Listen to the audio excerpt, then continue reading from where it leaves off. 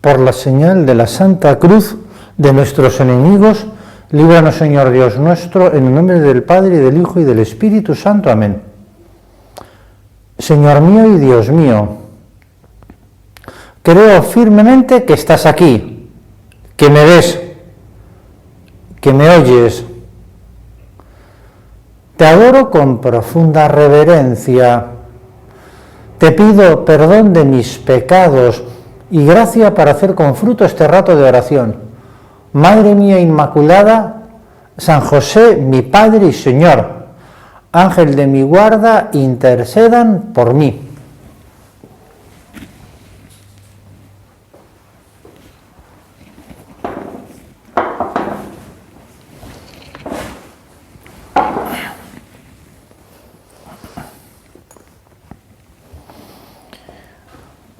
Comenzamos este retiro trimestral en esta parte en que estamos ya a la mitad del año.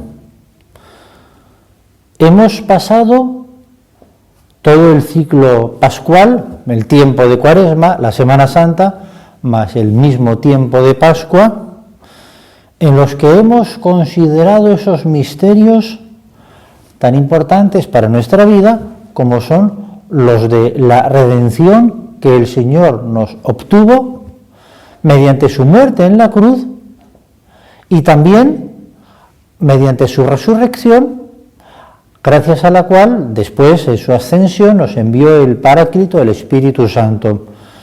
Hemos tenido oportunidad de considerar esos misterios, los cuales se han de considerar durante todo el año, naturalmente, no solo en esos tiempos. Pero ahora ya hemos entrado en este tiempo ordinario y nos queda considerar la siguiente faceta, y es la santidad en lo ordinario, en la vida corriente. Nuestra vocación se desarrolla a lo largo de todo el año. Hemos de buscar la santidad durante todo el año, no solo en esos momentos específicos del año en el que la Iglesia, a través de la liturgia, nos concede unos momentos de meditación especial o sobre algunos aspectos particulares de nuestra obra de redención, sino que durante todo el año hemos de meditar el modo que tenemos para ser santos. Con esa finalidad, me parece que nos ayudará a considerar estos dos textos del Evangelio.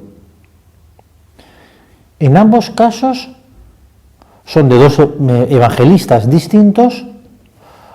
Nos situamos en la misma ocasión, en una visita que hizo el Señor a Nazaret, a visitar su pueblo, o su familia, a sus viejos conocidos, aquellos que le habían visto crecer y con los que había compartido tantos momentos de su vida. En aquel momento estaba en el auge de su predicación, residía en Cafarnaúm, predicaba en los pueblos cercanos, era también un poco ministro, predicador ambulante, iba de un lado a otro, y en una de esas visitas se acercó a Nazaret. Y los suyos lo recibieron y se quedaban asombrados de lo que decía. Dice San Mateo: ¿de dónde saca esa sabiduría y esos milagros? ¿No es el hijo del carpintero? También San Marcos nos transmite algo parecido. En San Marcos la población decía: ¿no es este el carpintero, el hijo de María?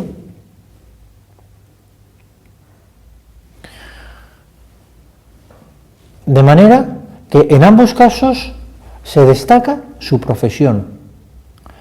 En una porque la ejercía él, el carpintero, en otra porque la ejercía San José, a quien le atribuían ser su padre, era su padre nutricio. Y decían de él que es el hijo del carpintero. Se asombraban de que el carpintero, hijo del carpintero, tuviera esa sabiduría y fuera capaz de hacer esos milagros. Lo habían visto tantos años a su lado que no se explicaban de dónde sacaba esa virtud y esa capacidad de hacer milagros. Lo cual, independientemente de que la respuesta a esta duda de los nazarenos es la que conocemos, es el Hijo de Dios, y su poder, su capacidad de hacer milagros y su sabiduría le procede de su naturaleza divina, obviamente, es Dios. Pero independientemente de esa duda, a nosotros nos vale y nos sirve porque vemos que el Señor era conocido como el carpintero. Sus contemporáneos, sus paisanos, no lo conocían porque hiciera grandes retiros apartado en algún lugar.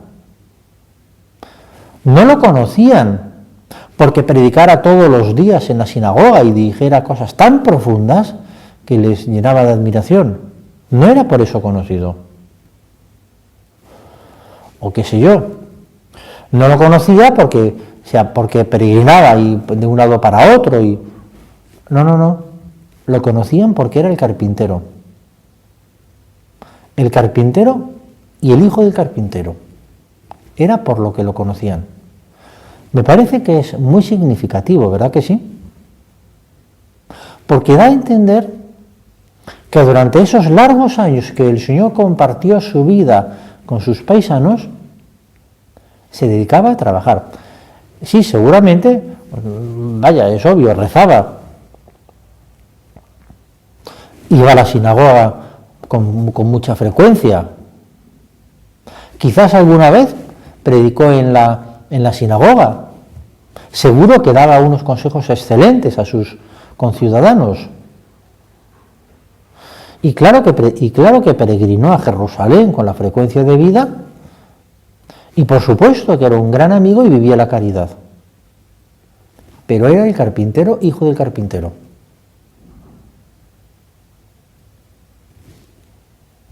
Se dedicó durante esos largos años a ejercer su profesión, que era la de carpintero. Pienso que es muy significativo porque a todos nos ayuda a ver el sentido del trabajo como algo que forma parte de nuestra vocación.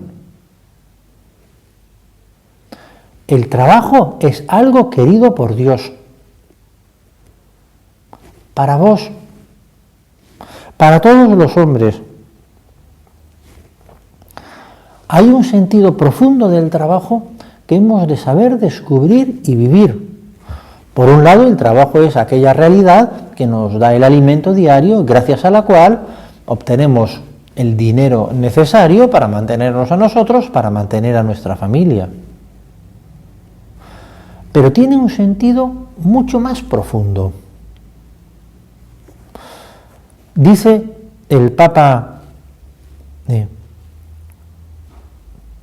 San Juan Pablo II,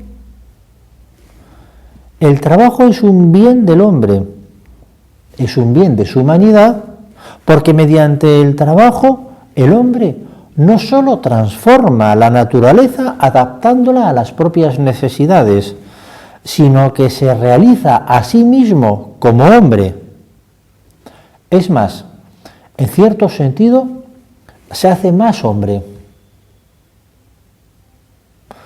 No es una obligación impuesta, no es una necesidad, porque lo necesitamos para satisfacer las necesidades básicas como la alimentación, sino que es un modo de ser más dignos y más hombres. Como sabemos, San José María destacaba que el trabajo fue algo que Dios dio al hombre no como un castigo, no como algo que se impuso posteriormente a la caída original, no formó parte del castigo a Adán y Eva, sino que ya antes del pecado original, el relato del Génesis dice: el Señor Dios tomó al hombre y lo colocó en el jardín de Edén para que lo guardara y lo cultivara. Este verbo que usa, cultivar, en latín es más claro. Se dice que Dios colocó al hombre en el jardín del Edén ut laboraretur, que se podría traducir mejor como para que lo trabajara. Recordemos, el encargo de trabajar es un encargo dado por Dios al hombre antes del pecado original. No es consecuencia del pecado. No es algo que hacemos porque no tenemos más remedio, sino que cumplimos un encargo de Dios. El encargo de Dios consiste en cultivar el jardín del Edén, en transformar el mundo, en mejorarlo. En ese sentido, podríamos decir que, de alguna manera, formamos parte del trabajo creador de Dios. Nos hacemos, en cierta manera, partícipes del poder creador de Dios cuando trabajamos y ejercemos nuestra profesión. Así lo explica el Papa Francisco. El trabajo es lo que hace al hombre semejante a Dios, porque con el trabajo el hombre es un creador. Es capaz de crear muchas cosas, incluso de crear una familia para seguir adelante. El hombre es un creador y crea con el trabajo. Cuando vos trabajás, estás creando. Hoy día se usa mucho el verbo crear para referirse a la actividad intelectual, para hablar de aquellos que hacen arte. Una obra de arte, alguien que realiza una obra de arte es un creador. Está bien visto, porque realmente cuando se hace una obra de arte estamos apelando a la parte espiritual del hombre, a la sensibilidad humana, a la parte más elevada del hombre. Está muy bien visto, pero no hemos de excluir de esa tarea creadora al resto de los trabajos, a aquellos que se dedican a actividades distintas de la artística. De otra manera, pero también es un creador el que hace un trabajo manual, el que levanta un edificio. El Señor hacía eso, no era albañil, era carpintero. Muchas veces levantaría edificios. También es un creador el que está en su oficina resolviendo expedientes. También es un creador el que está en la calle barriendo las hojas. Son creadores. De modo distinto al artista, pero crean. Forman parte de esta tarea, participan de alguna manera de esta tarea creadora de Dios. Mejoran el mundo a su alrededor.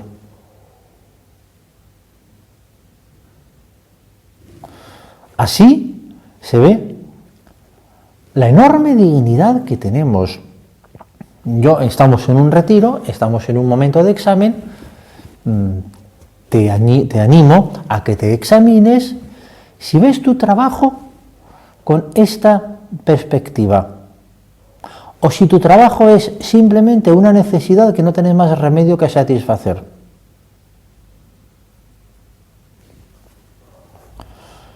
Comentaba el Papa Francisco en una ocasión, en una de sus homilías en Santa Marta, una anécdota.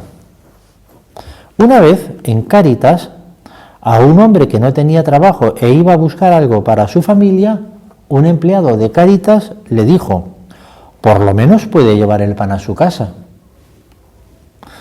Pero a mí no me basta con esto, no es suficiente, fue su respuesta. Quiero ganarme el pan para llevarlo a casa. Le faltaba la dignidad de hacer. El pan él mismo, con su trabajo, y llevarlo a casa. La dignidad del trabajo, tan pisoteada por desgracia. En la historia hemos leído de las brutalidades que cometieron con los esclavos, los llevaban de África a América. Y nosotros decimos, ¡cuánta barbarie! Pero aún hoy hay tantos esclavos, tantos hombres y mujeres que no son libres de trabajar. Se ven obligados a trabajar para sobrevivir, nada más. Fíjate en esta perspectiva del Papa Francisco. Si trabajamos solo por necesidad, si nos vemos obligados a trabajar, somos esclavos. De un modo distinto, pero no es tan distinto de los esclavos que desgraciadamente hubo en la humanidad hasta no hace tanto tiempo.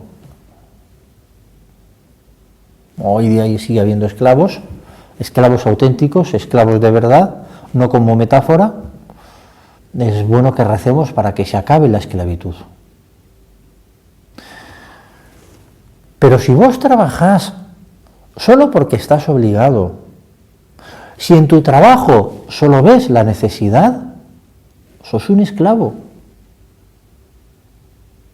Esa es la idea del Papa Francisco. En tu caso, tu dueño, tu amo, no es el Señor que es propietario de vos, sino que tu dueño y tu amo son tus aficiones, tus gustos, trabajas para satisfacer eso. Es tu alimento, es tu vestido, porque solo trabajas para eso. Y hay que ser libres de todo eso. Evidentemente, tenés que llevar el alimento a tu hogar, tenés que comer, tenés que vestir, tenés que satisfacer tus necesidades, pero con un sentido de libertad, y forma parte de ese sentido de libertad el que veas ese trasfondo profundo de tu trabajo, que lo veas como una participación en la creación.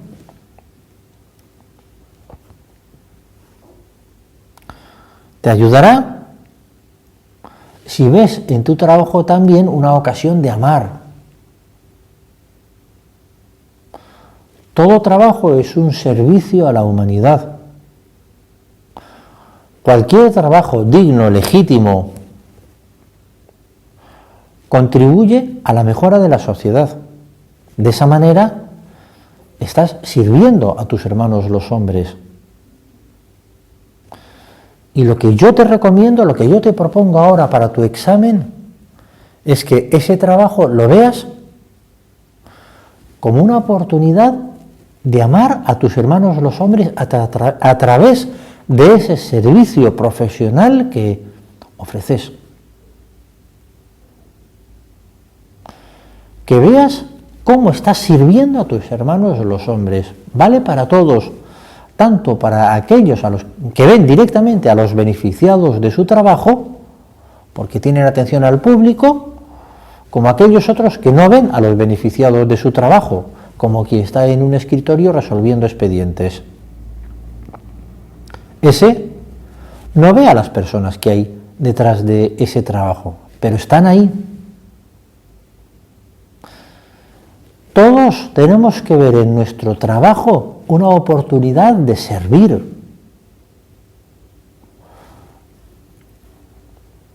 Como escribía el beato Álvaro del Portillo en 1991,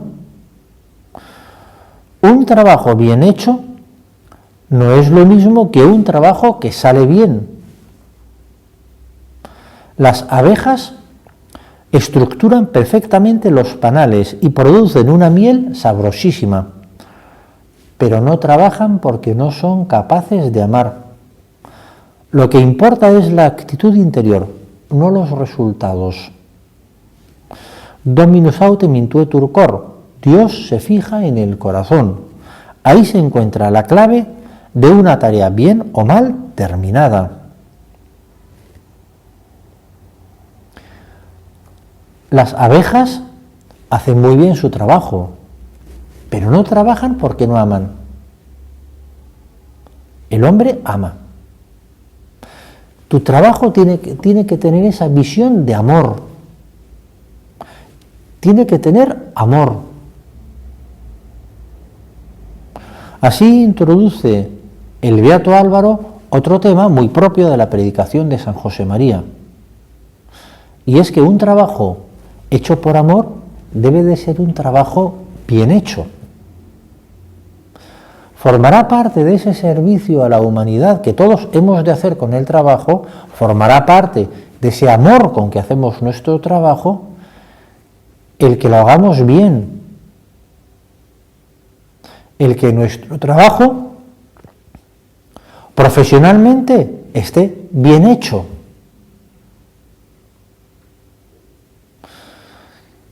Es lógico, debería de ser lógico, que una persona que ve en su trabajo una ocasión de santificarse, lo haga bien. Desgraciadamente, en muchos ambientes cristianos, también católicos, por mucho tiempo se ha visto el trabajo como un estorbo para esas otras ocupaciones que son las que realmente interesan: la oración, la vida de piedad, la caridad, el apostolado. De manera que uno se dedicaba al trabajo con esa visión que critico desde el principio, como una simple necesidad. Una vez satisfecha la necesidad, una vez que tenemos el dinero necesario para mantenernos a nosotros y a nuestras familias, vamos a dedicarnos a lo que merece la pena: la oración, el apostolado, la caridad. Y el trabajo es un estorbo. No es eso, sino que el trabajo en sí mismo es un servicio a la humanidad. Por eso ha de ser bien hecho.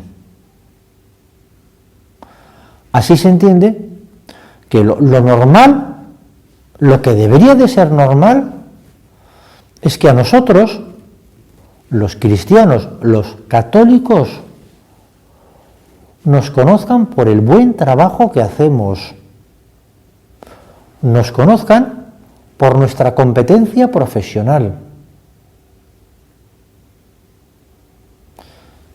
que seamos los mejores profesionales en nuestro lugar, en nuestro entorno, en tu profesión.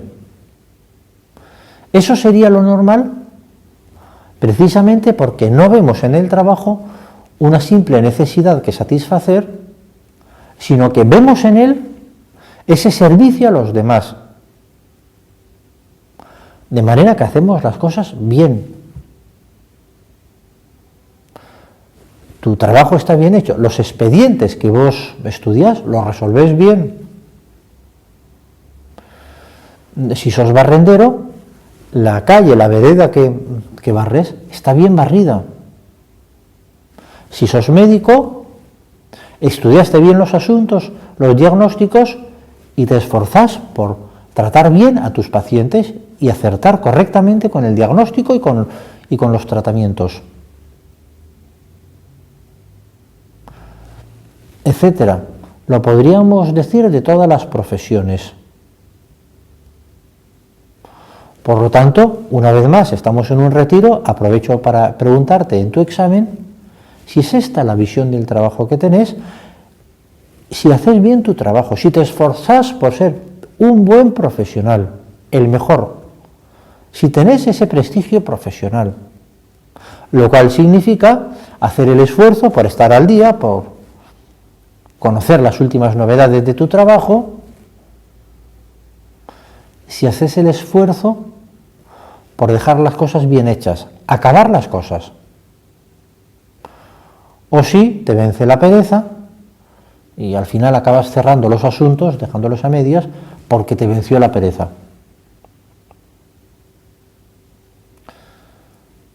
También muchas veces será un motivo de confesión el haber hecho mal las cosas, el haber trabajado mal, el haber servido mal a tus hermanos.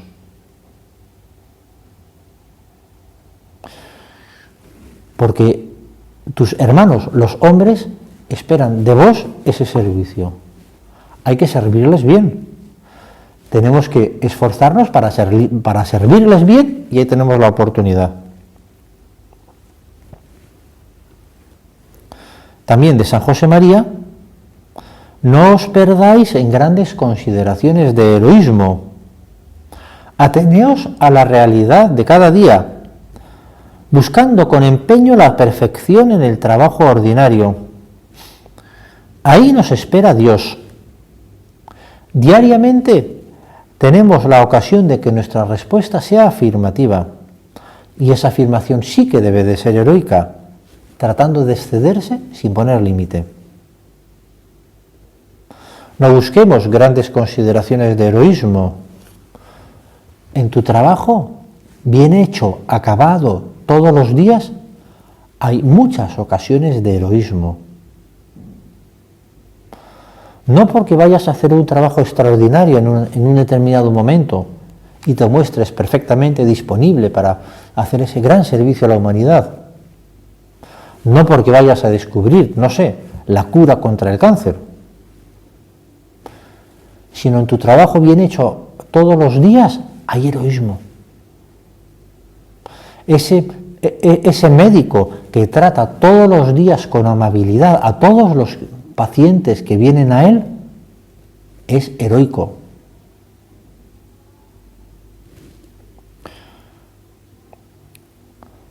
De esa manera nos unimos también al trabajo del Señor, porque podemos imaginar cómo sería el trabajo del Señor. Durante esos 30 años de Nazaret que ejercía como carpintero, ¿te podés imaginar cómo trabajaría la madera, los muebles, cómo los haría? ¿Cómo trataría a sus clientes? ¿Cómo terminaría sus muebles? ¿Cómo los entregaría bien hechos?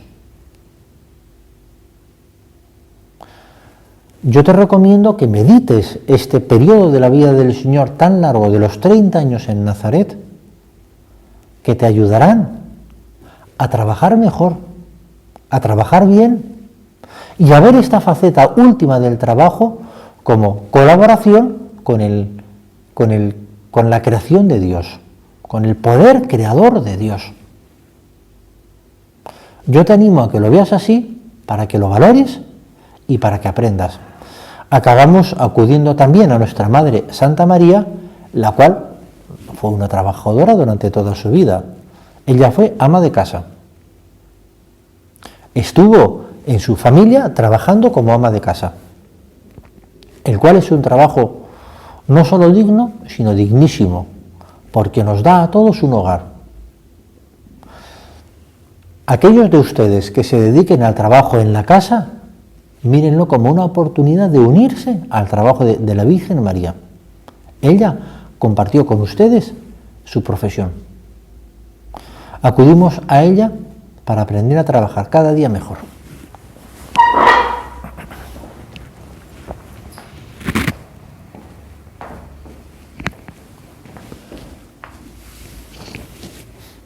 Te doy gracias, Dios mío, por los buenos propósitos, afectos e inspiraciones que me has comunicado en esta meditación.